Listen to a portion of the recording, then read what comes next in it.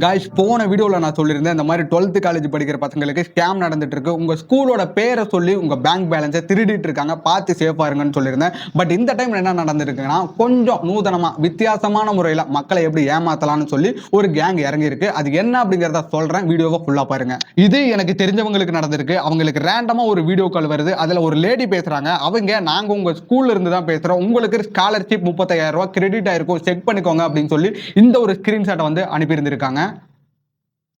பார்க்கறதுக்கு ஒரிஜினல் மாதிரியே இருக்கா? ஸோ இதை அனுப்பிட்டு அவங்கள வீடியோ கால்லே இருக்க சொல்லி உங்கள் பின்கோடு சொல்லுங்க, உங்கள் மொபைல் நம்பர் சொல்லுங்க, அதில் ஓடிபி வரும், அதையும் சொல்லுங்கன்னு கேட்டிருக்காங்க. சரி, இவங்களும் உண்மையாக இருக்குமோன்னு சொல்லி பேங்க் பேலன்ஸை செக் பண்ணி பார்த்துருக்காங்க. அவங்க அக்கௌண்ட்டுக்கு எந்த ஒரு பணமும் ஆட் ஆகலை.